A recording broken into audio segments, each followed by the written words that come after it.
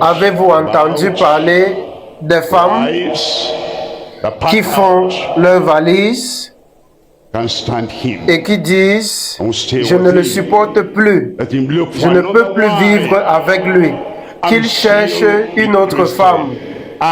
Je suis toujours chrétienne. Je suis né de nouveau, mais je ne peux pas vivre en paix avec lui. » Avez-vous déjà entendu parler des maris qui disent, quant au divorce et à la séparation, je ne veux pas parler de ce que dit la Bible en Matthieu, en Marc, en Luc et en Romains chapitre 7, mais je ne resterai pas avec cette femme parce qu'elle m'irrite au plus profond de mon cœur. Et les deux se séparent en silence. Les deux se séparent violemment. Les gens leur parlent même. Vous êtes des croyants, comment pouvez-vous faire cela? Vous divorcez de votre femme? Il répond, vous pouvez me parler de tout, mais je vous interdis d'aborder ce sujet-là. Que le prince de la paix règne dans votre cœur. Devenez un pilier de paix dans votre foyer. Devenez un pionnier de la paix dans votre entourage.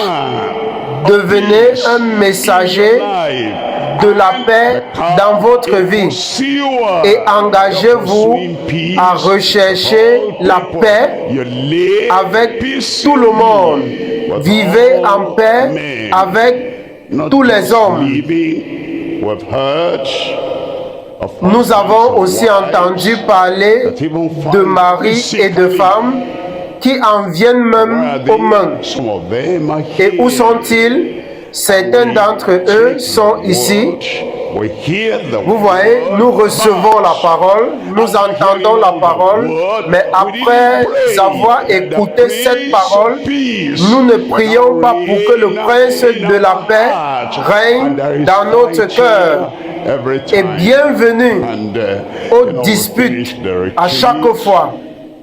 Et parfois, à la fin de la retraite, nous trouvons notre sœur bien-aimée qui traîne là. Elle ne rentre pas chez elle immédiatement. On lui demande, ma sœur, la retraite est terminée.